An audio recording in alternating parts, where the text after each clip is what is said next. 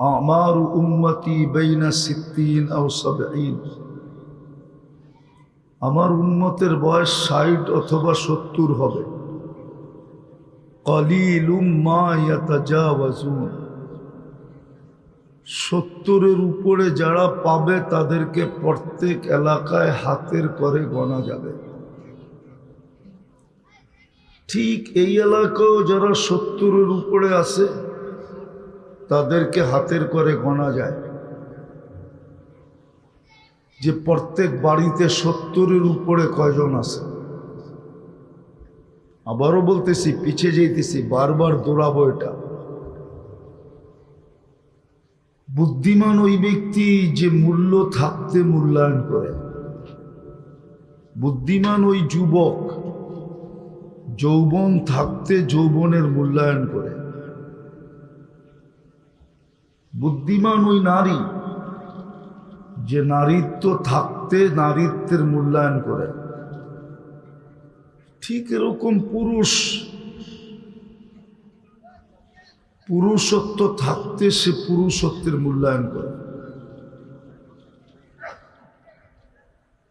আর মূল্যায়ন না করলে কিন্তু বেনিফিট পাওয়া যাবে না। মূল্যায়ন না করলে মূল্য পাওয়া যাবে না। মূল্য তো জীবন থাকতে জীবনের মূল্যায়ন করা, জীবন থাকতে জীবনের মূল্যায়ন করা,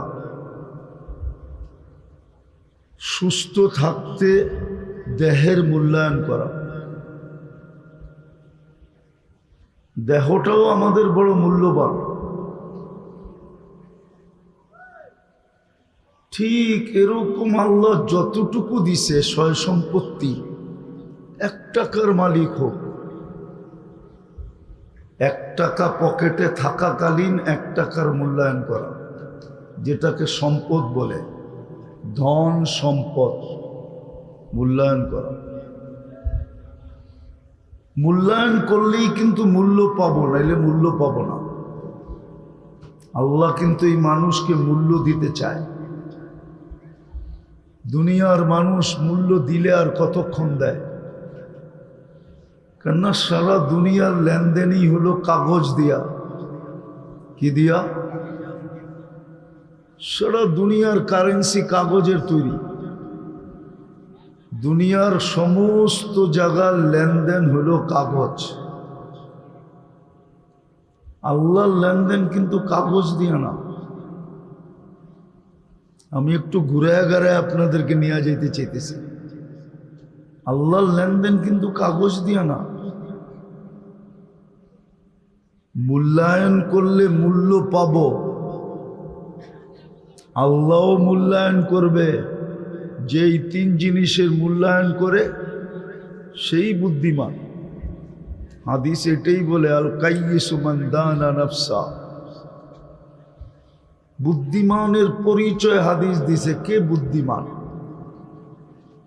কোন যুবক বুদ্ধিমান, কোন নারী বুদ্ধিমান, কোন নারী বুদ্ধিমতী, কোন পুরুষ বুদ্ধিমান,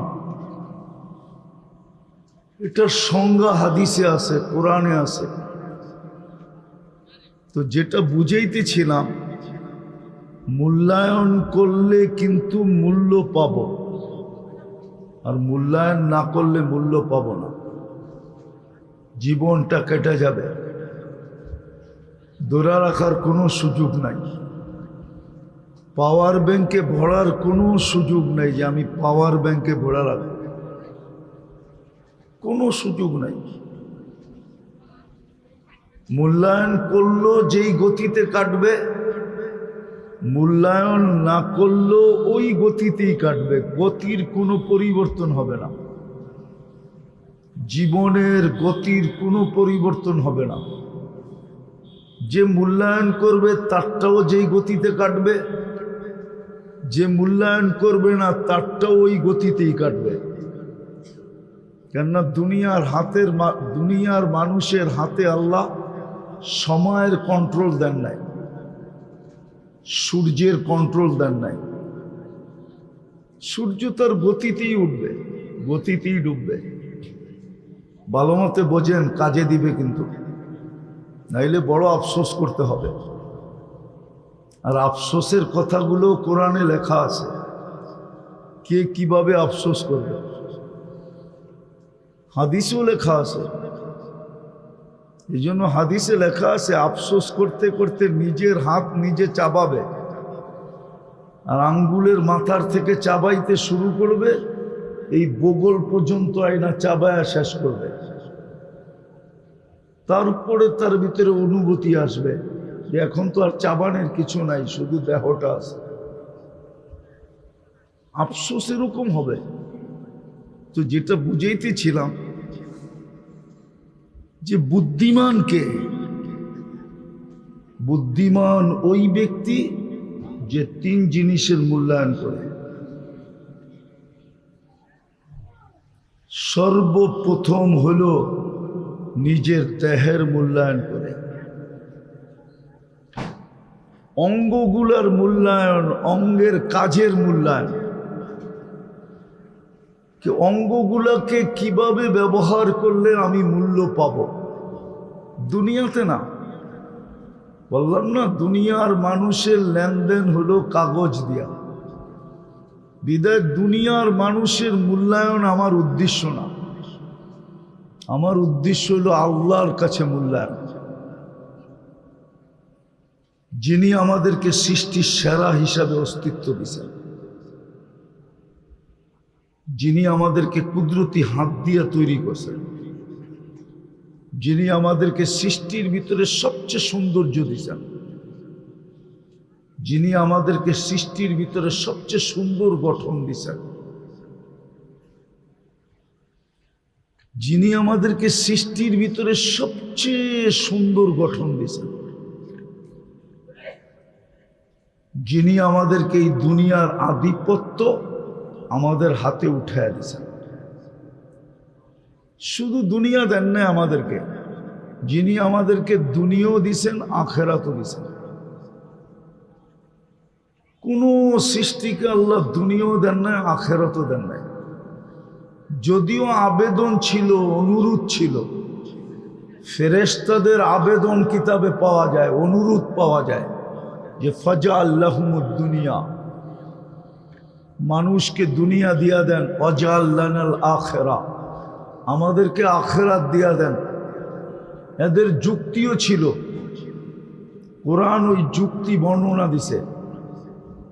আতাজালু ফিহা মান ইউফসিদু ফিহা ওয়া ইয়াসফিকুদ দিমা, কেন বানাবেন? জমিনে যাবে, ফিতনা ফাসাদ করবে, জমিনকে রক্তে রঞ্জিত করবে, আপোষে কাটাকাটি, মারামারি, হিংসা বিদ্বেষ সব কিছু করবে এরা। বিদায় এদেরকে দুনিয়া দিয়া দেন। আমরা কখনো নাফরমানি করি নাই, কখনো করব না। আর সত্য এটাই, কোরআন এটাই বলে, লা ইয়াসুনা মা আমারাহুমুল্লাহ, আল্লাহ যা হুকুম দেন এটা নাফরমানি ফেরেশতার করার ক্ষমতা রাখে না। বিদায় ফেরেশতাদের অনুরোধ ছিল আমাদেরকে আখিরাত দিয়া দেন, কিন্তু আল্লাহরও যুক্তি ছিল। আল্লাহ যুক্তি দিছে, উফাদ্দিলুকুম আলা মান খালাকতু বিয়াদিয়া, আমি যাদেরকে দস্তে কুদরত দিয়ে তৈরি করলাম তাদের উপরে আমি তোমাদেরকে শ্রেষ্ঠত্ব দিব। ওয়াকাদ খালাকতুকুম বিআমরি, আমি তো তোমাদেরকে হুকুম দিয়ে তৈরি করলাম, মানুষকে তো আমি কুদরতি হাত দিয়ে তৈরি করলাম, মানুষদের উপরে তোমাদেরকে শ্রেষ্ঠত্ব দেই কি করা? তো ফেরেশতাদের আবার অনুরোধ ছিল, তো আপনার সিদ্ধান্ত কি? কেননা আল্লাহর সিদ্ধান্তই সিদ্ধান্ত। কোরআনও বলে কওলুহুল ফাসল, আল্লাহর সিদ্ধান্তই সিদ্ধান্ত। আল্লাহ সিদ্ধান্ত দিছে, জাআলতু লাহুমুদ দুনিয়া ওয়াল আখিরা, আমি মানুষকে দুনিয়াও দিলাম, আখিরাতও দিলাম। ফেরেশতাদের আবার অনুরোধ ছিল, তাইলে আমরা কোন কাজে ব্যবহার হব? তা আল্লাহ অতি উত্তরে বলছিলেন, আনতুম তাবউন লাহুম, তোমরা মানুষের অধীন, তাখদিমুনাহুম, তোমরা মানুষের সেবা করবে, সেবা। বিদা আমার বোঝানোর উদ্দেশ্য হলো আল্লাহর কাছে দামি হওয়া, আল্লাহর সাথে লেনদেন হওয়া। দুনিয়ার লেনদেন তো দেখতেছি কাগজ ছাড়া আর কিচ্ছু নাই, শুধু কাগজ, ঠিক না? না, কাগজ ছাড়া কিছু আছে? দুনিয়ার সমস্ত লেনদেন, সোনা বেচতে গেলেও কাগজ দেয়, দিলাম সোনা, দিল কাগজ। কিনতে গেলেও কি দিলাম কাগজ, আমাকে দিল সোনা। অথচ সোনা কোথায়, কাগজ কোথায়? একটু ভাবেন, সোনা কোথায়, কাগজ কোথায়, ঠিক না? ছাপা উঠা গেলেই তো অচল, ঠিক না? ছাপ বোঝেন? ছাপ, টাকার উপরে ছাপ থাকে না, ছাপটা উঠা গেলেই তো কি উঠা গেলেই। অথচ সোনা তো সোনাই, ঠিক না? আমার এটা বোঝানোর উদ্দেশ্য না, আমার উদ্দেশ্য হলো আল্লাহর কাছে। এই জন্যই হাদিসে আসছে বুদ্ধিমান কে, কোন নারী বুদ্ধিমান, কোন যুবক বুদ্ধিমান, কোন পুরুষ বুদ্ধিমান, কোন ব্যক্তি বুদ্ধিমান, যে তিন জিনিসের মূল্যায়ন করলো, নাইলে একদিন মূল্য থাকতে মূল্যায়ন করলো। আজকে মূল্য আছে, যদি মূল্যায়ন হয়, আমি যদি মূল্যায়ন করি তো আজকে মূল্য আছে, আর না হইলে ওই আল্লাহওয়ালার কথা সত্য হবে। দেখি আপনাদের দিলে লাগে কিনা। ওই আল্লাহওয়ালার কথা সত্য হবে যে কবরস্থানে বসে কাঁদতেছিল, আর যুবক যে জিজ্ঞাসা করতেছিল, বাবা তুই কবরস্থানে কাঁদিস কেন, তোর কি কেউ মারা গেছে? বলছে না। বলছে তাইলে কবরস্থানে কাঁদিস কেন, তোর কান্না দেখবে কে? আর যদি কোনো প্রয়োজনই হয় তো তোর প্রয়োজন মিটাবে কে? তো কবরস্থান ছোট না, বিশাল কবরস্থান, হাজারো লক্ষ লোকের দাফন এখানে। তোর প্রয়োজন কে মিটাবে? চল আমার সাথে লোকালয়ে, ওইখানে কাঁদলে মানুষও দেখবে, আর তোর প্রয়োজনও হয়তো কেউ মিটাবে, কোনো সদয়বান ব্যক্তি পাওয়া যাবে। তা আল্লাহওয়ালা কাঁদতে কাঁদতে বলতেছিল, যুবক যদি আমি তোমাকে বুঝাই তো তুমি বুঝবে ভালো মতে? হতে পারে এই শব্দই আপনার দিলে, এই কথাটুকুই আপনার দিলে লাগবে, আর হতে পারে এটার দ্বারাই জীবন চেঞ্জ হতে পারে। তো আল্লাহওয়ালা বলতেছিল, বেটা আমি স্বচক্ষে দেখতেছি এই কবরের মানুষগুলা যখন উপরে ছিল, জমিনের উপরে 24 ঘন্টা আল্লাহ ডাকতো মাফ করার জন্য, মূল্যায়ন করার জন্য 24 ঘন্টা ডাকতো। কিন্তু এই কবরস্থানের মানুষগুলা বেশিরভাগই হাত উঠাইতো না, মূল্যায়ন করতো না, মাপ পাওয়ার জন্য হাত পর্যন্ত উঠাইতো না। বেটা আমি এখন চোখে দেখতেছি সবাই ভিতরে মাপ চাইতেছে কবরের ভিতরে, কিন্তু একবারও আল্লাহ তাকায়া দেখে না। মূল্যায়ন করতে চাইতেছে, কিন্তু বারবার জবাব আসতেছে কোনো মূল্য নাই, নাই, নাই, নাই। এই জন্যই আমি কথা এটাই শুরু করছি যে বুদ্ধিমানের পরিচয় হলো তিন জিনিসের মূল্যায়ন করা।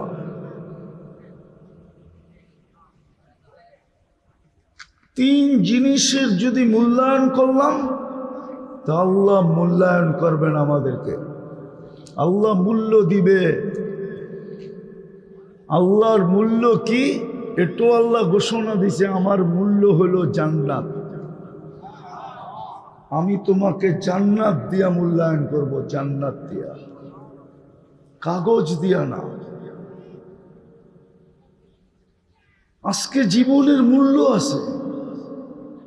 আমি দুই চারটা দেখাইতে দেখাইতে আপনাকে যাই, তাইলে বুঝে আসবে সহজে। হ্যাঁ, কতক্ষণ পর্যন্ত মূল্য আছে আগে এটা দেখাই।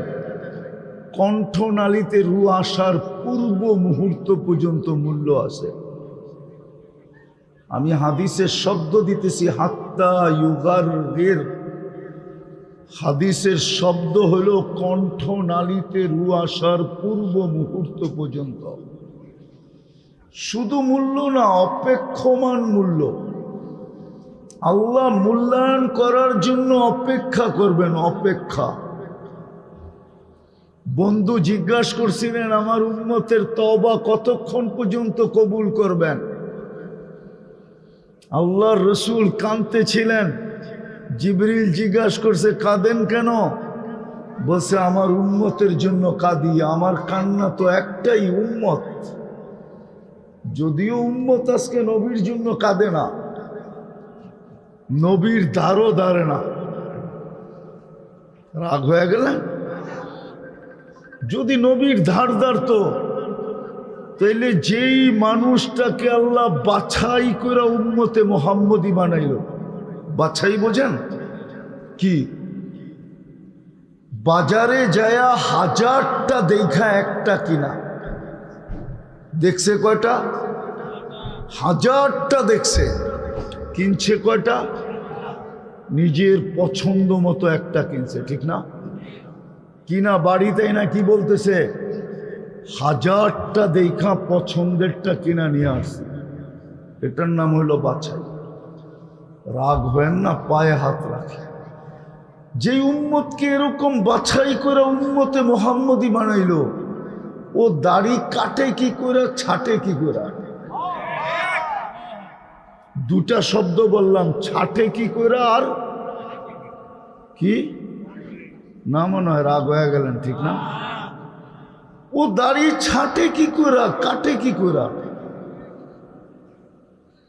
ছাটে কি করে, কাটে কি করে? ওর তো দাড়ি ছাঁটাও উচিত না, কাটাও উচিত না। ও কি করে দাড়ি ছাটে, কি করে দাড়ি কাটে? মুহাম্মদুর রাসূলুল্লাহ তো কাটতেও বলেন না, ছাঁটতেও বলেন নাই। ছাটে কি করে দাড়ি? যেই দাড়ির উপরে মূল্যায়ন করবেন, এতটুকু মূল্যায়ন। জমানার মুহাদ্দিস মারা গেছেন, মুহাদ্দিস, হাদিস বিশারদ, সবচেয়ে বড় জমানা। মারা যাওয়ার পরে বন্ধুরা স্বপ্নে দেখার পরে জিজ্ঞাসা করছে, কি ব্যবহার হলো? তো হাসতে হাসতে বলতেছিল, দাড়ি দেখায়া জান্নাতে চলে গেছে। তো জিজ্ঞাসা করছে, দাড়ি দেখায়া মানি? আল্লাহর সামনে যখন দাঁড়াইছি তো আল্লাহও জিজ্ঞাসা করছিল, ও সাদা দাড়িওয়ালা বুইড়া কিনিয়ে আসছস? তখন কোনো হাদিস মনে ওঠে নাই, শুধু দাড়ির হাদিসটা মনে উঠছিল, যে বেশি কিছু আনি নাই, সাদা দাড়ি আনছি, সাদা দাড়ি। তো আল্লাহ আরো রাগ হয়ে গেছে, শুধু সাদা দাড়ি, 80 বছর বয়স, শুধু সাদা দাড়ি। তো বলে, তখন জোর দিয়া বলছিলাম আল্লাহকে যে আপনি কি ভুল বলছিলেন? জিবরিলকে, জিবরিল কি ভুল বলছিল আমাদের নবীজিকে? আমাদের নবীজি কি ভুল বলছে সাহাবাদেরকে? সাহাবারা কি ভুল বলছে আমাদেরকে? হাদিসে কুদসি না বলল আপনার বাণী, ইন্নাল্লাহা লা ইয়াস্তাহি জি শাইবাতিন শাইয়াবা ফিল ইসলাম। যে মুসলমান অবস্থায় একটা দাড়ি পাকায় দিছে, একটাও, তার পাকা দাড়ি দেখলে আল্লাহ লজ্জা পায়, শাস্তি দেন না। হাদিস শুনানোর পরে আল্লাহ হাসি দিয়া বলছে, সবাই সত্য বলছে, আমিও সত্য বলছি, তোকে মাফ করে দিলাম, যা। বলেন, যেই উম্মতকে আল্লাহ বাছাই করে উম্মতে মুহাম্মদী বানাইল, যেই উম্মতকে আল্লাহ শ্রেষ্ঠত্বের মুকুট পড়াইল, কুনতুম খায়রা উম্মাহ, যেই উম্মতের জন্য এক রাত্র ৮৩ বৎসর বানায় দিল। কয় রাত্র? কয় রাত্র? চিনেন তো? হ্যাঁ, যেই উম্মত এক ওয়াক্ত নামাজ বাজামাত পড়লে ২৭০ ওয়াক্তের সওয়াব পায়, ৫ ওয়াক্ত পড়লে ১৩৫০ ওয়াক্তের সওয়াব পায়। যেই উম্মতকে এরকম রমজান দিলেন, প্রথমটা রহমতে ভরা প্রথম 10 দিন, মধ্যের 10 দিন মাগফিরাতে ভরা, আর শেষের 10 দিন মুক্তিতে ভরা। বাছাই করার কারণেই তো আপনি এই যোগ্য, এই মর্যাদার অধিকারী, ঠিক না? হ্যাঁ, ওই উম্মত দাড়ি ছাটে কি করে আর কাটে কি করে? আমাকে বুঝান। ওই উম্মত দাড়ি ছাঁটে কি করে, কাটে কি করে? ওই উম্মত নবীর সুন্নতকে, আদর্শকে ঘৃণার পাত্র বানায় কি করে? বলেন, সুন্নত কি আমাদের কাছে ঘৃণার পাত্র না? না, পাত্র না। একজন এখানে বলুক যে আমাদের ঘরের ভিতরে সম্মিলিতভাবে একটা সুন্নত আমরা সবাই পালন করি, এরকম কোন ঘর কেউ বলুক যে একটা সুন্নত ঘরের সবাই সম্মিলিতভাবে মনে প্রাণে পালন করি। একটা করলে আরেকটা করি না, আরেকটা করলে আরেকটা করি না, এইভাবেই তো। একজন করলে 3 জন করে না, ঠিক না? 2 জন করলে 4 জন করে না, ঠিক না? আপনি নবীর উম্মত সুন্নত ছাড়েন কি করে? আজকে তো রব্বে কাবার কসম, মুহাম্মদুর রাসূলুল্লাহর সুন্নত যতটুকু মুসলমানের জীবনে দীক্ষিত, যারা সুন্নতের জন্য নির্বাচিত হইল, যারা মুহাম্মদুর রাসূলুল্লাহর রঙের জন্য নির্বাচিত হইল, ঢঙ্গের জন্য নির্বাচিত হইল, আদর্শের জন্য নির্বাচিত হইল, কালচারের জন্য নির্বাচিত হইল, হ্যাঁ, ওনার জন্য যারা নির্বাচিত হইল, হুয়াজতাবাকুম, কোরআন বলে আমি তোমাদেরকে নির্বাচিত করছি, নির্বাচিত। ওই উম্মতের কাছে নবীর সুন্নত, নবীর আদর্শ দীক্ষিত হয় কি করে? বিশ্বাস হয় না আপনাদের? এখানে যুবক কম, এই জন্য। তারপরও 2-4 জন থাকলে ওদের মাথার চুলের স্টাইল দেখেন, আপনার বুঝে আসবে যে নবীর সুন্নত যুবকের কাছে দীক্ষিত। নাইলে ও 50 টাকার চুল 500 টাকা দিয়ে কাটে কেন? 50 টাকার চুল 1000 টাকা দিয়ে কাটে কেন? নবীর সুন্নত যদি দীক্ষিত না হইতো, অথচ নবীর সুন্নতের উপরে গ্যারান্টি ছিল কি?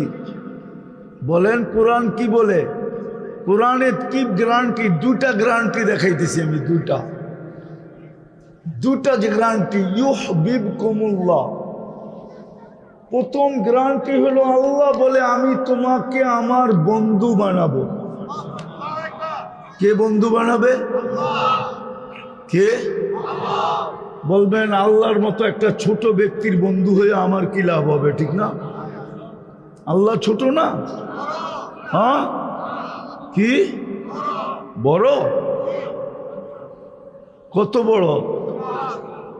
শুধু মুখে বলতেছেন বড়। যদি হইতো তাহলে 5 বেলা কে ডাকে? ওই বড় আল্লাহই তো ডাকে, ঠিক না? আল্লাহ যদি বড় মহানই হইতো তো মানুষ তো মহানের পিছিয়ে দৌড়ায়, ঠিক না? না দৌড়ায় না? হ্যাঁ, কি কর্মী তো নেতার পিছিয়ে দৌড়ায়, ঠিক না? কর্মীর সামনে নেতা মহান না, কি বলেন? এই জন্য কার পিছে দৌড়ায়? হ্যাঁ, আল্লাহকে যদি আপনি সবচেয়ে বড় মহান মানতেন তো 5 বেলা তো আল্লাহ ডাকে, কোনো মুয়াজ্জিন তো ডাকে না। আওয়াজ না মুয়াজ্জিনের, ডাক্কার। হ্যাঁ, বলেন আমাদের সমাজে কয়জন নামাজ পড়ে? কয়জন পড়ে? আমাদের সমাজে কয়জন নামাজ পড়ে শতকরা? বলেন। হ্যাঁ, শতকরা 10 জন নামাজ পড়ে, 10 জন। 90% নামাজ পড়ে না। তাইলে ও কি আল্লাহকে বড় মানে? হ্যাঁ, মানে? আল্লাহকে তো বড় মানেই না। সারাদিন বুক করে কাটটা, হ্যাঁ, কাট্টা পান করেন, খান কাট্টা, হায়াত কার কাছে? রাখে আল্লাহ, মারে কে? মারে আল্লাহ, রাখে কে? সব কিছুই তো আল্লাহ আল্লাহ করতেছেন, কিন্তু ডাকলে তো আসে না। এটার নাম মানা? বলেন, আপনার বিবেককে প্রশ্ন করেন, এটার নাম মানা? মুহাম্মদুর রাসূলুল্লাহর উম্মত, সুন্নত আমাদের জীবনে দীক্ষিত, ঘৃণিত, অবহেলিত, লাঞ্ছিত। আপনি আশা করেন সুপারিশ? কি সুপারিশ চান কিয়ামতের দিন? হ্যাঁ, এত সহজ সুপারিশ? দাড়ি কাটবেন আবার ছাড়বেন, আবার চান সুপারিশ? নবীর সুন্নত আপনার আমার জীবনে দীক্ষিত, ঘৃণিত, অবহেলিত, লাঞ্ছিত, বঞ্চিত। তাইলে এই হাদিস কার জন্য ব্যবহার করা হয়েছে? সুকান সুকান লিমান গাইয়ারা বাদি, সরদূরে। তাইলে কোরআনের তাইলে এই হাদিস কেন হইতো? আজকে 250 কোটি মুসলমান। কত? কত? দুনিয়ার জনসংখ্যা কত? 850 কোটি। 250 কোটি মুসলমান। কত? 60টা মুসলিম দেশ। কয়টা? দুনিয়ার সবচেয়ে বড় টাকা কাদের কাছে জানেন? জানেন? আমেরিকার কাছে, ঠিক না? Canada, Australia, England, Europe. দুনিয়ার সবচেয়ে বড় টাকা কাদের কাছে? মুসলমানের কাছে। মুসলমানের কাছে। এক দেশের কাছে না, 4 দেশের কাছে। দুনিয়ার সবচেয়ে বড় টাকা কুয়েতের কাছে, বাহরাইনের কাছে, ওমানের কাছে আর ব্রুনাইয়ের কাছে। সবচেয়ে বড় টাকা 4 দেশের কাছে। সবচেয়ে বড় টাকা। মুসলমানের চেয়ে বেশি আইটেম দুনিয়ার কেউ খায় না। মুসলমানের চেয়ে বেশি আইটেম দুনিয়ার কেউ খাবে তো দূরের কথা, চিনেই না, জানেই না যে গোশত দিয়া 1000 আইটেম বানানো যায়। এটা অনলি মুসলমান জানে, আর কেউ জানে না। আমাকে চিনাইতে হবে না, বুঝাইতে হবে না। রাগ হয় না, আমাকে বুঝাইতে হবে না। আমি আপনাদের উন্নত দুনিয়া শুধু নিউজিল্যান্ড দেখি নাই, বাকি সব দেখা শেষ। সব উন্নত দুনিয়ার চড্ডি বড্ডি আমার কাছে গোল। আমি জানি দুনিয়ার কে কি খায়। মুসলমানের চেয়ে বেশি আইটেম দুনিয়ার কেউ খায় না। মুসলমানের চেয়ে বেশি কাপড় চোপড় দুনিয়ার কেউ পরে না। মুসলমানের চেয়ে বেশি আসবাবপত্র দুনিয়ার কেউ ব্যবহার করে না। মুসলমানের চেয়ে দুনিয়ায় সবচেয়ে বেশি কসমেটিক্সের দোকান চলে, কারখানা চলে শুধু মুসলমানের কারণে। মুসলমান মেয়েদের চেয়ে দুনিয়ায় বেশি কসমেটিক্স দুনিয়ার কেউ ব্যবহার করে না। আপনাদেরই এলাকায়ও পাওয়া যাবে কালিয়াকুড়ে, প্রত্যেক বাড়ি ছোট ছোট একটা কসমেটিক্সের দোকান, ঠিক না? সত্য তো? হ্যাঁ, এত কসমেটিক্স দুনিয়ার কেউ ব্যবহার করে না। আমি চিনি কোন দেশে সোনার ক্যারেট কত, কেলেগা আমার ব্যবসায়ী এটা। আমি চিনি কোন দেশে কয় ক্যারেটের সোনা ব্যবহার করে। মুসলমানের চেয়ে বেশি অলংকার দুনিয়ার কেউ ব্যবহার করে না। চ্যালেঞ্জ, কেউ ব্যবহার করে না। মুসলমানের চেয়ে ব্র্যান্ডের জিনিস কেউ ব্যবহার করে না। ওইখানে কিছু যুবক দেখা যায়, ওদের কাছে মোবাইল আছে, ওরা এখন ইচ্ছা করলে গুগলকে জিজ্ঞাসা করতে পারে যে আমার কথাটা সত্য কি সত্য না। দুনিয়ায় সবচেয়ে বেশি ম্যাকডোনা মুসলমান খায়, সবচেয়ে বেশি কেএফসি মুসলমান খায়, দুনিয়ার সবচেয়ে বেশি রাডু গড়ি মুসলমান ব্যবহার করে। দুনিয়ার যত ব্র্যান্ডের ঘড়ি আছে সব মুসলমান ব্যবহার করে। দুনিয়ায় যত ব্র্যান্ডের গাড়ি আছে সব মুসলমান ব্যবহার করে, সবচেয়ে বেশি। এমনকি 24 ক্যারেট সোনা দিয়া মোড়ানো যেই গাড়ি, ওটাও মুসলমান ব্যবহার করে, দুনিয়ার কেউ ব্যবহার করে না। দুবাইয়ের যুবরাজ ব্যবহার করে। এন্টার গাড়ির পাশ সোনার, ওটাও মুসলমান ব্যবহার করে, ব্রুনাইয়ের বাদশা ব্যবহার করে। এক গাড়ি না, একাধিক গাড়ি। আপনি নেটে জিজ্ঞাসা করেন, আমারটা কোটিং করেন, তারপরে মুসলমানের এই দুরবস্থা কেন? কেন আজকে মুসলমান ঘৃণার পাত্র? কেন আমাদের যুবকরা ইসলামকে লাইক করে না? অথচ আল্লাহ বলতেছে ইন্নাদ-দীন ইনদাল্লাহিল ইসলাম। কেন আমাদের যুবকরা ইসলাম পছন্দ করে না? কেন মুসলমান মেয়েরা হিন্দুর সাথে পরকিয়া করে? ওরা কেন মুসলমানকে পছন্দ করে না? কেন যুবতীরা কেন ইসলাম মুসলমান পছন্দ করে না? এখন তো যেই অবস্থা হইতেছে, না জানি কয়েকদিন পরে জোয়ার শুরু হয়, জোয়ার, ঢল শুরু হয়, ঢল। ঢল বোঝেন?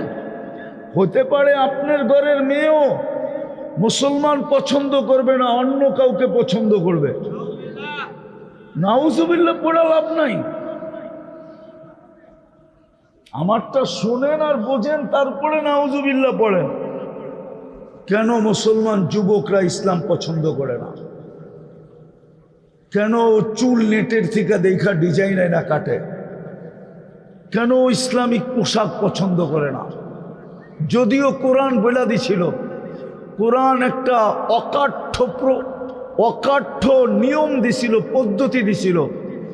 আল্লাহ বলতে চাইতেছে, যাকে আমি মুসলমানের ঘরে জন্ম দিছি, যাকে আমি সদিচ্ছায় উম্মতে মুহাম্মদী বানাইছি, কান খুলা শুনালাও, লান তারদা আনকাল ইহুদ ওয়ালান নাসারা হাত্তা তাত্তাবিয়া মিল্লাতাহুম। কোরআন পড়তেছি না অন্য কিছু পড়তেছি? হুজুররা কি বলে? কোরআন তো। হ্যাঁ, লান তারদা আনকাল ইহুদ। আল্লাহ বলে কান খুলা শুনানে, যাকে আমি মুসলমানের ঘরে জন্ম দিছি আর উম্মতে মুহাম্মদী বাছাইকৃত ভাবে বানাইছি, তুই যদি 100% ওদের দলে চলে যাস, তারপরও তোর জন্য ওদের দিলে বালুর কণা পরিমাণ ভালোবাসা জন্ম হইতে আমি আল্লাহ দিব না, না, না, না, না। ভালোবাসা কে পয়দা করে? কে? কে? হ্যাঁ, যদি ভালোবাসা আল্লাহ পয়দা না করতেন, দুশ্মনী আল্লাহ পয়দা না করতেন, উদাহরণ দিব, বুঝবেন? হ্যাঁ হ্যাঁ, ওই সংসারে তালাক হয় কি কইরা? একজন আরেকজনের কোনো অঙ্গ নাই যেটা না দেখছে, একজন আরেকজনেরটা দেখার পরে তালাক হয় কি কইরা? আপনি আমাকে বুঝান। আরে মনে হয় বুঝাইতে পারি না। কি বুঝছেন? গভীরভাবে বোঝেন না আপনি আমার কথাটা। একজন আরেকজনের কোনো অঙ্গ কি লুকায়িত ছিল না তার সামনে প্রথম রাত্রের থেকে, ঠিক না? ওইখানে তালাক হয় কি করে? ওইখানে তো কোনোদিন তালাক হওয়ার কথা ছিল না। তালাক ভাবতে গেলেই তো ভাবতো যে আমার সব অঙ্গই তো ওর দেখা, ওর সব অঙ্গই তো আমার দেখা। তালাক দেই তো দেই কি কইরা, নেই তো নেই কি কইরা। বোঝা গেল দুশ্মনী আল্লাহ পয়দা করে। বন্ধুত্ব আল্লাহ পয়দা করে। ওই আল্লাহ বলতেছে তোর জন্য বালির কণা পরিমাণ ভালোবাসা আমি পয়দা হইতে দিব না, না, না। হাত্তা তাত্তাবিয়া মিল্লাতাহুম, যদি তুমি ওদের রঙে 100% রঙিন হও। বিধা আমি যুবকদেরকে বুঝাইতে চাইতেছি, যুবক যতই ওদের রঙে রঙিন হও। যুবতীদেরকে বুঝাইতে চাইতেছি যতই ওদের রঙে রঙিন হও। আপনাদেরকে বুঝাইতে চাইতেছি যতই ওদের রঙে রঙিন হন। মা বোনদেরকে বুঝাইতে চাইতেছি যতই ওদের রঙে রঙিন হই। আল্লাহ কসম খায়া বলতেছে লান তারদা। আপনি আরবি গ্রামার বোঝেন না? লান কি জিনিস? লান তারদা। আল্লাহ বলে কখনো না, কশিন কালেও না। এটা সম্ভবই না, ইম্পসিবল। তোমার জন্য বালুর কণা পরিমাণ ভালোবাসা আমরা জন্ম হতে দিব না, না, না। আমি প্রমাণ দিতে পারি আপনাদেরকে। বলেন তো সিরাজউদ্দৌলা কার কারণে হারছে? বলেন তো মির্জাফরকে কে মারছে? ব্যবহার করছে ব্রিটিশ। ব্যবহার হওয়ার পরে মির্জাফর ভাবছিল আমি ওই আল্লাহর কথাই সত্য, তোর জন্য বিন্দু পরিমাণ ভালোবাসা আমরা জন্ম হইতে দিব না। ওই ইংরেজের হাতেই মির্জাফরদের জীবন গেছে। আচ্ছা, এটা বহুত পুরান কাহিনী, নতুন শুনামু। সাদ্দামকে ধরায়া দিছিল কে? বলেন। ওরই তো বডিগার্ড। মুসলমান না, না খ্রিস্টান?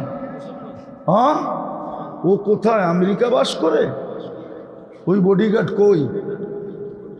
হ্যাঁ, 2 দিন পরে তো ও নাই। আল্লাহ বলে তোর জন্য হইতে দিব না। বরং ওরা এই বইলা মারবে যে তুই নিজের জাতির সাথে যখন গাদ্দারি করছিস, ডলারের লোভে, পদের লোভে, তাহলে তুই আমাদের সাথেও গাদ্দারি করবি। থাকবে না বাঁশ, বাজবে না বাঁশি। আমরা তোকে রাখবো না, বাঁশিও কোনোদিন আর বাজবে না। আমাদের যুবকরা তো, যুবতীরা, আমার সমাজ তো সুন্নতের বিরুদ্ধে। আজকে মুসলমানের দুরবস্থা তো এই জন্যই। আল্লাহর রসুল 1400 বছর আগে বলে গেছেন, একদিন আসবে হুম বুরাআউ মিন্নি ওয়া আনা বারিয়্যুম মিনহুম। তোমরা আমার ধার ধারবে না, আমার চোখের পানির ইজ্জত তোমরা রাখবে না, আমার পেটের পাথরের ইজ্জত তোমরা রাখবে না, আমার তয়েফের মাইরের ইজ্জত তোমরা রাখবে না, আমার দান শহীদের ইজ্জত তোমরা রাখবে না। আমি যে 23 বছর কাঁদছি, আমার কান্নার ইজ্জত তোমরা রাখবে না। আমি যে দুনিয়ার থেকে কাঁদতে কাঁদতে গেছি, এটার ইজ্জতও তোমরা রাখবে না। আমি যে কবরে এখনো তোমাদের জন্য কাঁদতেছি, এটার ইজ্জতও তোমরা রাখবে না। আমি যে কবর থেকে কাঁদতে কাঁদতে উঠব, এটাও তোমরা জানবে না। আমি যে কিয়ামতের মাঠে মাকামে মাহমুদ পাওয়া সত্য, আমি 1 সেকেন্ডের জন্য বৈশা দেখবো না চেয়ারটা কিরকম বানাইলে। বলুক আপনাদের টাঙ্গাইলে কালিয়াকুরের ওলামারা যে আল্লাহ রসুল 1 সেকেন্ডের জন্য ওই চেয়ারে বসবে, প্রমাণ করুক কোনো আলেম। বলেন, জিজ্ঞাসা করেন, আপনাদের এখানের আলেমই আছে 1 সেকেন্ডের জন্য বসবে না, শুধু হাতলের উপরে হাত রেখা দাঁড়ায় থাকবে। আল্লাহ রসুল বলছে হাতলে দাঁড়ায়, হাত রেখা কেন দাঁড়ায় আছেন? চেয়ার তো আপনার, বসেন। ওই চেয়ারটাও আবার কার পাশে? কুরসির পাশে। কার পাশে? আল্লাহর চেয়ারের পাশে। হায়, মানুষকে তো দেখি সেলফি তোলার জন্য পাগল হয়ে যায় নেতার লগে, ঠিক না? হ্যাঁ, রাগ হয়ে গেলেন? হ্যাঁ, আবার ওইটা পোস্টার বানায় আবার ছাপায়া ছাড়তে থাকে, ঠিক না? দেখছো তোমার সেলফিটা কার লগে? আমি যদি আল্লাহর দুনিয়ার ভাষায় বলি তো আল্লাহ তো বলছে আমার পাশে চেয়ার রাখলাম, কয়টা সেলফি তুলবেন তোলেন। কুরসির পাশেই তো থাকবে, মাকামে মাহমুদ না দূরে থাকবে? কিয়ামতের দিন জিজ্ঞেস করেন আমাদেরকে, কিন্তু বসে তো দেখবে না। বলবে যে 3 জায়গায় ছুটবে, ও বসবে কি করে? আমি তো অঙ্গীকার দিয়ে আসছি হাউজে কাউসারে উম্মতের জন্য অপেক্ষা করব, পিপাসিত উম্মত আসতে দেরি, আমি পান করাইতে দেরি করব না। ওইখান থেকে আমি মিজানে ছুটব, পাল্লা যদি না ঝুঁকে তো আমি প্রতিশ্রুতিগুলা জায়গায় দাঁড়ায়া কাজে লাগাইতে দ্বিধা করব না। সেই প্রতিশ্রুতি কি? কিয়ামতের মাঠে আল্লাহ 1.25 লক্ষ নবী, 312 জন রসুল, এমনকি জাতির পিতা আদি পিতা আদমকে পর্যন্ত এই এখতিয়ার দেন নাই। এমনকি খলিলুল্লাহ মুসলমানের জাতির পিতাকে পর্যন্ত আল্লাহ এই সুযোগ দেন নাই। এই শব্দ ব্যবহার করেন না, সালতু তা সাফি তুসাফা। কোনো আলেম আইনা দেখাইতে পারবে না আমাকে, চ্যালেঞ্জ। আদি পিতাকে পর্যন্ত আল্লাহ এই ফ্যাসিলিটি দেন নাই, সুযোগ দেন নাই যে আপনি চাইলে আজকে আমি কবুল করব। কিন্তু বন্ধুকে বলতেছে সালতুতা, চাইতে চাইতে আপনি ক্লান্ত হইতে পারেন, আমি দিতে দিতে ক্লান্ত হব না, আমি দিতেই থাকবো, দিতেই থাকবো, দিতেই থাকবো। সাফি তুসাফা, আপনি সুপারিশ করতে দেরি, আমি মঞ্জুর করতে দেরি করব না। মনে হয় বুঝে আসে না আপনাদের, ঠিক না? যত কিয়ামতের মাঠ দুনিয়া দেখাবো, দুনিয়া।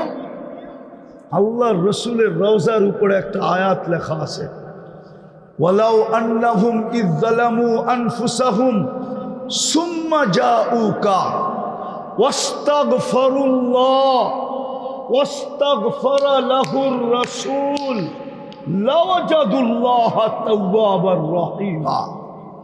আল্লাহ তো গ্যারান্টি দিতেছে, বন্ধু আপনার উম্মত যদি গুনাহ করতে করতে করতে, এই জন্যই তো মনে চায় চিৎকার দিয়া কাঁদি। না সুর আছে না বাসা আছে, আমার কাছে তো সুরও নাই যে আপনাদেরকে সুর দিয়া পাগল করব। সেমন কোনো বাসাও নাই যে আমি বাসা দিয়ে আপনাদেরকে আবদ্ধ করব। মনে চায় শুধু কাঁদি, কাঁদি যে মদিনা মুনাওয়ারায় যে যায়, রওজার জিয়ারতে যে যায়, ও দাড়ি ছাড়া যায় কি কইরা? ওর কি একটুও মনে পড়ে না যে আমি কার সামনে যায় দাঁড়াবো? উনি তো আমাকে দেখবে, কবরে জীবিত, সালাম দিলে শুনবে, জবাব দিবে। আমি দাড়ি ছাড়া যাই কি করে? যায় না, যায় না। হ্যাঁ, একটু কি বিবেকে লাগে না যে আমি ওনার সামনে দাড়ি ছাড়া যাই কি করে? আমরা তো দেখি অনেক মানুষকে সিগারেট যদিও খাইতে থাকে, সমীহার কারণে দেখতে দেরি, সিগারেটটা লুকাইতে দেরি করে না। সিগারেট যদিও খায়, সমীহার কারণে সিগারেটটা ফালায়া দিয়া পায়ের নিচে ঢুকাইতে দেরি করে না। এতটুক সমীহাও কি নাই যে আমি রওজায় যাইতেছি, দাড়ি ছাড়া যাই কি করে? বলেন আমার কথাটা যুক্তিসঙ্গত না অযৌক্তিক? যে মদিনা মুনাওয়ারা গেল আর রওজার জিয়ারত করলো, ও আয়েশা দাড়ি শাসে কি করে? দাড়ি কি করে শাসে? ওর কি একবারও মনে পড়ে না যে এই চেহারাটা তো আল্লাহর রসুল দেখছিল, আমি দাড়ি ছাসি কি করে? তো কোরআন বলতেছিল, বন্ধু আপনার উম্মত গুনাহ করতে করতে কোনো পর্বে যদি অনুতপ্ত হয়, সুম্মা জাউকা, তারপরে যদি আপনার এইখানে আসে, আস্তাগফিরুল্লাহ, আমি আল্লাহর কাছে যদি মাপ চাই, বন্ধু আমি ওর দিকে দেখব না, ওর গুনার দিকেও দেখব না, আমি দেখব আপনার দিকে। এই জন্যই কোরআন বলে আস্তাগফারা লাহুর রাসূল, আমি দেখব আপনার দিকে, আপনি কি ওর পক্ষে না বিরুদ্ধে। যদি আপনি পক্ষে হন, লাওয়াজাদুল্লাহ তাওয়াবার রহিমা, তো আমি গ্যারান্টি দিতেছি ও সব গুনাহ মাফ করব। শুধু গুনাহ মাফ করব না, জান্নাতে ঢোকা পর্যন্ত আমি রহমতের চাদর দিয়া ওকে লেপটায় দিব। দুনিয়ায় তো এই গ্যারান্টি। আমি বহু দূর চলে গেছি যে দুনিয়ায় মুসলমানের এই দুরবস্থা কেন হবে না? তো হবে না কেন? আল্লাহ রসুল তো 1400 বছর আগে বলে গেছিলেন, তোমরা আমার কান্নার ইজ্জত রাখবে না, আমার কোরবানির ইজ্জত রাখবে না, আমার রক্তের ইজ্জত রাখবে না, ধার ধারবে না তোমরা আমার সুন্নতের। আনা বারিয়্যুম মিনহুম, আমিও তোমাদের ধার ধারব না। তো আল্লাহ বলে দিছে, বন্ধু আপনি ধার ধারবেন না, তাহলে আরেক জায়গায় আল্লাহ ঘোষণা দিছে, আমিও ধার ধারব না। ধার ধারা বুঝেন? আমিও এদের গুরুক্ষেপ করব না, আমিও এদের খেয়াল রাখবো না। নাহলে ফিলিস্তিনের যুদ্ধ 2 বছরের উপরে হয় কি করে? আপনি চিনেন ফিলিস্তিন? রাগ হয় না, আমার চেয়ে বেশি চিনেন না। আমি 15 বছর আগে এই 2 চোখে দেখে আসছি, আর এই 2 পায়ে পাড়ায় আসছি। আমার চেয়ে বেশি ফিলিস্তিন আপনারা চিনেন না।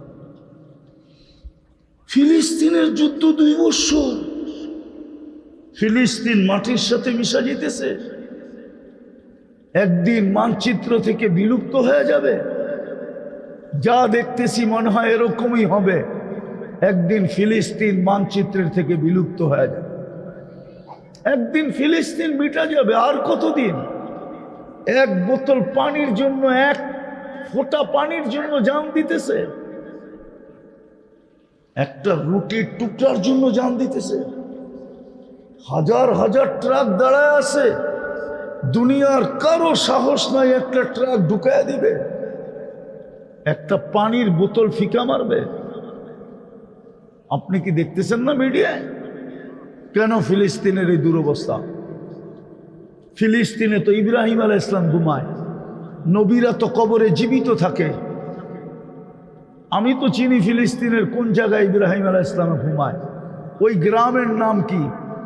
ওই গ্রামের নাম হইল ওয়াদি খলিল। ওয়াদি মানি গ্রাম, খলিল মানি ইব্রাহিম খলিল। ইব্রাহিম খলিল আলাইহিস সালামের গ্রাম। ওই ফিলিস্তিনে তো মুসা আলাইহিস সালাম ঘুমান, উনি তো কবরে জীবিত। কাল্লামাল্লাহু তাকলিমা, যার সাথে আল্লাহ কথা বলছেন, যিনি আল্লাহর সাথে কথা বলছেন। ফিলিস্তিনে তো মুসা আলাইহিস সালামের শ্বশুরের ঘুমায়, শুআয়ব আলাইহিস সালাম। আমি তো দেখা আসলাম চোখে। মুসা আলাইহিস সালামের সবচেয়ে বড় গুরুত্বপূর্ণ শিষ্য, ছাত্র, মুরিদ, খলিফা ইউশা বিন নুন, যিনি মুসা আলাইহিস সালামের পরে নবী হয়েছেন, উনি তো ঘুমাইতেছে ফিলিস্তিনে। 70 জন নবী, এই 4 জন 5 জন ব্যতীত আরো 70 জন নবীর কবর এখনো চিহ্নিত আছে। আর কিতাব উঠাইলে কিতাব বলে দিয়ারুল আম্বিয়া। 4 নবী ছাড়া সমস্ত নবীর জন্মস্থান হলো বেশিরভাগ নবীর 70 না 80% নবীর জন্মস্থান ফিলিস্তিন। 1.25 লক্ষর ভিতর থেকে 45,000 সাহাবা এখনো ঘুমায় ফিলিস্তিনে। ওই জমিনে 2 বছর যুদ্ধ কেন? আরেকটা মজার ব্যাপার, দুনিয়ার সবচেয়ে বেশি আবাবিল বাস করে ওইখানে। সারা দুনিয়ায় যত আবাবিল আছে তার চেয়ে বেশি আবাবিল বাস করে ফিলিস্তিনে। আল্লাহ আবাবিলকে হুকুম দিলেই তো পারেন, নাইলে আমার দেশের মশাগুলাকে হুকুম দেন। হাসেন কেন? নমরুদকে কি মশা দিয়ে ধ্বংস করেন নাই? না করেন নাই? মশার ইতিহাসে তো একটাই মশা পাওয়া যায় যার বয়স ছিল 400 বছর। মশা তো 72 ঘন্টার বেশি বাঁচে না। দুনিয়াতে একটা মশা যাকে আল্লাহ 400 বছর বয়স দিয়েছিলেন, যেটা নমরুদের মাথার ভিতরে ঢুকছিল। পাল্লা সমান করার জন্য সেজদার সাথে 400 বছর আর জুতার বাড়ির সাথে 400 বছর। যেদিন পাল্লা সমান হয়েছে ওদিন একবারই কাহিনী শেষ। যাকে রাখছিল মাথার ভিতরে জুতা দিয়ে বেড়ানোর জন্য, যতক্ষণ বাড়ি দেয় ততক্ষণ মশা চুপ থাকে। বাড়ি বন্ধ করলেই কামড়ানি শুরু করে। তো একজন নিযুক্ত করছিল, তুই সারাদিন বেড়াবি। 400 বছর বাইরানের পরে ও ভাবছে আর কত বাইরামো, তোর বউ পোলাপানও তো আছে, নিজের চাহিদাও তো আছে, থাকবে না বাস, বাজবে না বাসি, একবারই কাহিনী শেষ। নমরুদের রাজত্ব ছিল 800 বৎসরের, কোনো অপোজিশন ছিল না। তো মশা দিয়ে তো কি আল্লাহ ধ্বংস করলেন? আমাদের দেশের কিছু এলাকার মশা তো আছে মোটামুটি চড়াই পাখির সমানই বড়, ঠিক না? আপনাদের এখানে মনে হয় নাই এত বড়টা, ঠিক না? কিন্তু বাংলাদেশে তো আছে, দেখছেন না? দেখেন না? কিছু অঞ্চলের মশা আছে এই বড় বড়, ঠিক না? ওটিরে হুকুম দিলেই তো হয়। মশা তো আল্লাহর সৈনিকের অন্তর্ভুক্তই। এই দুরবস্থা কেন? ওই আল্লাহ রসুলের কথা সত্য, হুম বরাআউ মিন্নি ওয়া আনা বারিয়্যুম মিনহুম। এরা আমার ইজ্জত রাখবে না, আমিও এদের দাঁড় ধারব না। আল্লাহ বলে আপনিও এদের দাঁড় ধারবেন না। তারপরে আল্লাহ নিজেই বলছে, ফামুতু বিআইয়ি আউদিয়াতিন আনতামুতু ফালা ইউবালি বিকুমুল্লাহু বালা। লম্বা হাদিসকে আমি শর্ট করে বললাম। আল্লাহ বলে তোমরা মরো, যেখানে মনে চায় যায়া মরো, যেমনে মনে চায় সেমনে মরো। মুতু বিআইয়ি আউদিয়াতিন আনতামুতু ফালা ইউবালি বিকুমুল্লাহু বালা। শুনে নাও, আমি আল্লাহ তোমাদের দিকে তাকাবো না।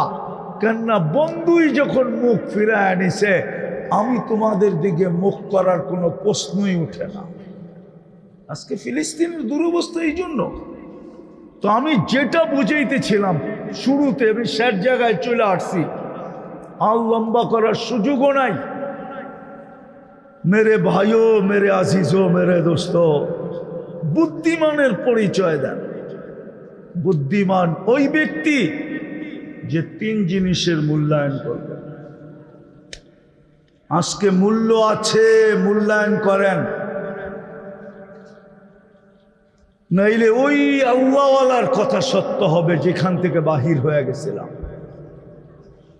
যে চোখে দেখতেছি যখন জমিনে ছিল 24 ঘন্টা আল্লাহ মূল্যায়নের জন্য ডাকতেন, 24 ঘন্টা মাফ করার জন্য ডাকতেন, 24 ঘন্টা জান্নাত দেওয়ার জন্য ডাকতেন। হায় হায়, জান্নাত তো এই উম্মতের জন্যই তৈরি করছিলেন।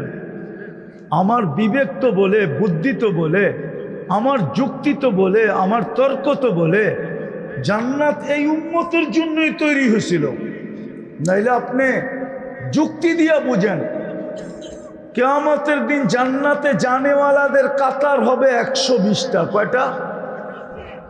20 কাতারই আমরা হব উম্মতে মুহাম্মাদি। তাইলে 20 কাতার কয়জনকে দিলেন? একজনকে, ঠিক না? কাকে? মুহাম্মাদুর, উনাকে দিলেন 20 কাতার। কয় কাতার? আর 1.25 লক্ষকে দিলেন 40 কাতার। কত? কয়জনকে দিছে? 1.25। তাইলে আপনি বলেন এটা কি দেওয়া হইল? 1.25 লক্ষ পাবে কত? কয় কাতার?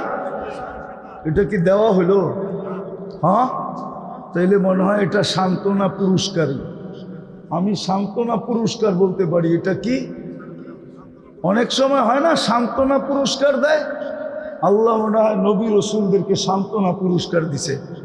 জান্নাত পুরাটাই আমাদেরকে দিতে চেয়েছিলেন, কিন্তু প্রশ্ন উঠতো নবী তো বানাইলেন, রসুল তো বানাইলেন, কিতাব তো দিলেন, জান্নাত তো দিলেন না।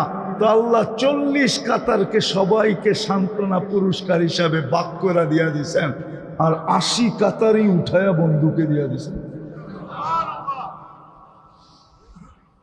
হ্যাঁ, সবাইটা বানাইছেন হুকুম দিয়া, বন্ধুর উম্মতের জান্নাত বানাইছেন কুদরতি হাত দিয়া। কোরআন বলে, কোরআন ইয়াগফির লাকুম যুনুবাকুম ওয়া ইউদখিলকুম ফি জান্নাতিন তাজরি মিন তাহতিহাল আনহার ওয়া মাসাকিন তাইয়্যিবাতান ফি জান্নাতি আদন। 4 জিনিসের ভিতরে আল্লাহর কুদরতি হাত লাগছে। 4 জিনিসের ভিতরে এক জিনিস হলো খালাকা জান্নাতা আদন বিয়াদি। বন্ধুর উম্মতের জান্নাতটা নিজের কুদরতি হাত দিয়া বানাইছে। তো যেটা বুঝাইতেছিলাম, বুদ্ধিমানের পরিচয় দেন, জীবনটা কিন্তু ছোট, যে কোনো মুহূর্তে নিভা যেতে পারে। আজকে সূর্য বলতে বলতে ডুবছে কালিয়া করে। লান আউদ ফি হায়াতিকা আবাদা।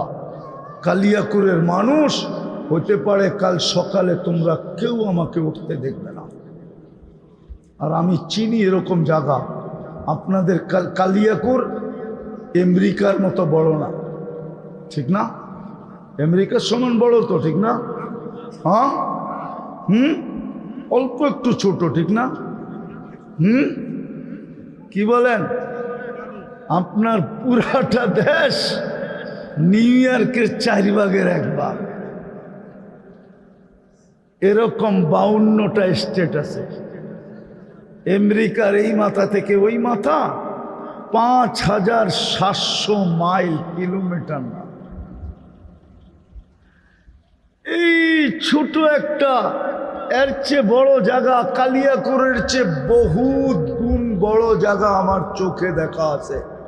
এক রাত্রে মাটির সাথে মিশায় দিছে। কওমে লুত এক রাত্রে মাটির সাথে মিশায়া দিছে। যা দেখা আসেন ডেড সি লম্বা কত, পাশ কত, যান দেখা আসেন। আমি দেখা আসছি, আপনারা দেখা আসেন। এক রাত্রে মাটির সাথে মিশায়া দিছে। চলে যেতে হবে। বুদ্ধিমানের পরিচয় দেন। মূল্যায়ন করি 3 জিনিসের। এই দেহটার মূল্যায়ন করি, সময়টার, জীবনটার মূল্যায়ন করি, যতটুক দিছে ওইটার মূল্যায়ন করি। নিজে নিজে করতে পারবেন না, গুগল দেখাও সম্ভব না। সব কিছু গুগলে পাওয়া যায় না। যুবকদেরকে তো মাঝে মাঝে আমি জিজ্ঞাসা করি গুগলে জান্নাত আছে কিনা, তো যুবক মুস্কি মুস্কি হাসে। তো জবাব আমারই দিতে হয়, হ্যাঁ গুগলে জান্নাত আছে, কিন্তু ওইটা ভৈরবের জান্নাত হোটেল, ওইটা আছে গুগলে। আসল জান্নাত গুগলে নাই। গুগলে থাকতে পারে, কালিয়া করে কেউ বা অট্টালিকা বানায় নাম দিছে জান্নাত ভিলা, তাইলে ওইটা গুগলে থাকবে। আসল জান্নাত গুগলে নাই। ঠিক গুগলে সব কিছু পাবেন না। এটার জন্যই আল্লাহ সিস্টেম করছিলেন, সিস্টেম, যদিও আমরা বুঝি নাই।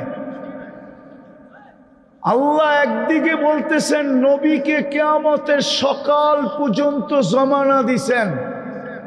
উলামা কি বলে? কিয়ামতের সকাল পর্যন্ত জমানা দিছেন, ঠিক না? খাতামুন নবী কিন না, সত্য তো? আর আপনারা হানা বললে এরা বুঝবে, নাইলে বুঝবে না। কিয়ামতের সকাল পর্যন্ত জমানা কার?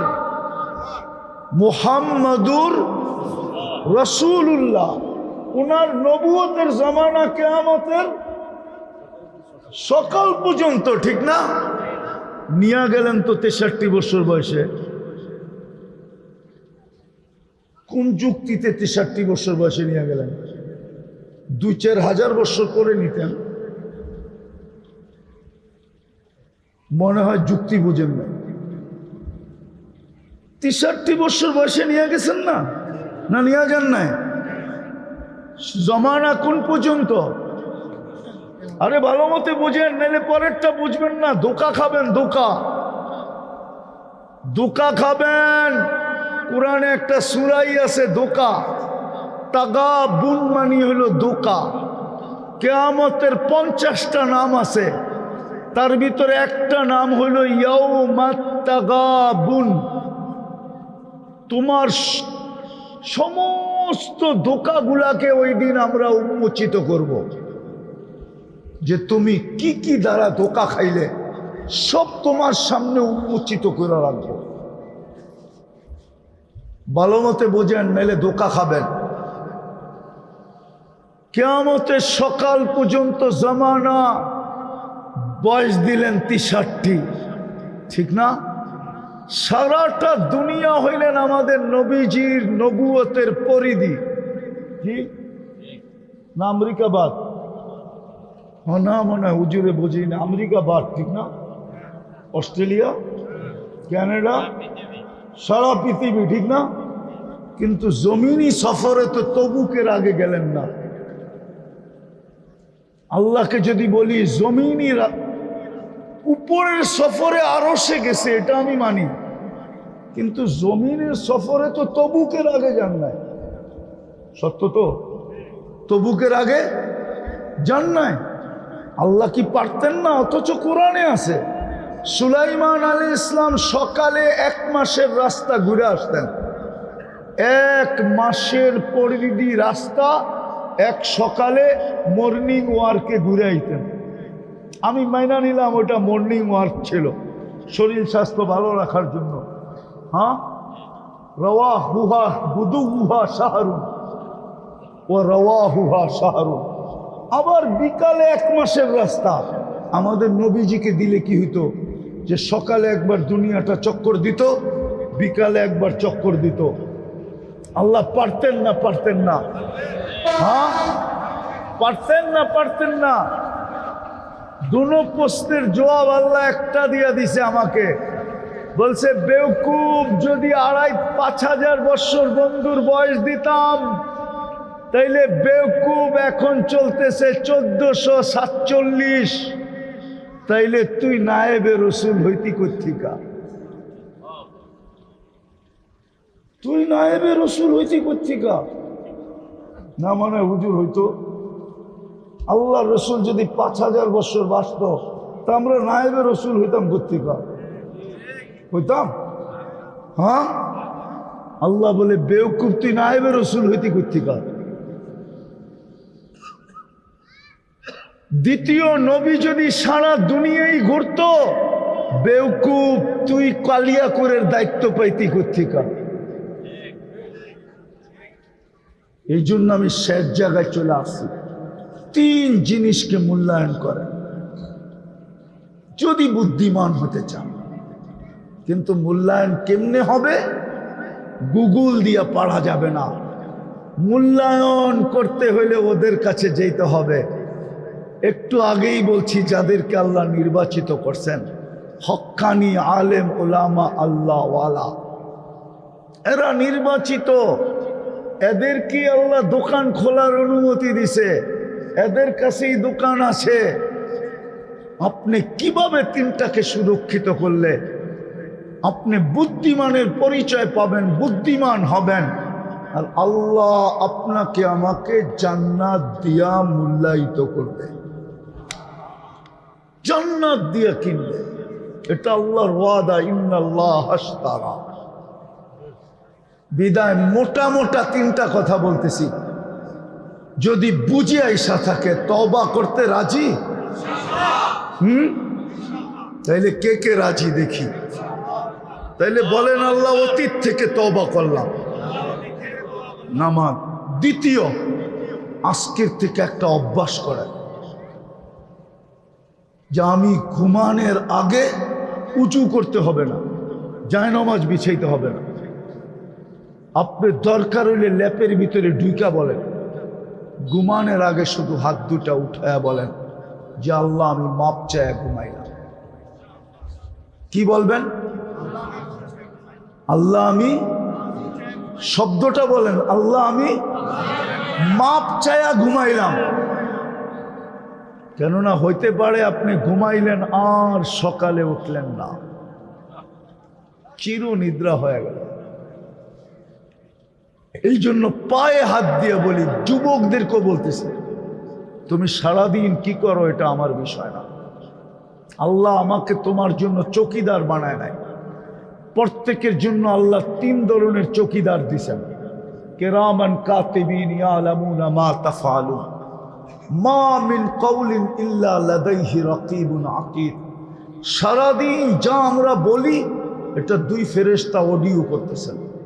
ইয়ালামু খাইনাতাল আয়ুনি ওয়া মা তুখফিস সুদূর, এটা স্বয়ং আল্লাহ নিজে সুরক্ষা করতেছেন যে আমি চোখের ইশারায় কি বুঝাইতে চাইতেছি আর আমি দিলে দিলে কি ভাবতেছি, এটা স্বয়ং আল্লাহ মনিটরিং করেন, স্বয়ং আল্লাহ সুরক্ষা করেন।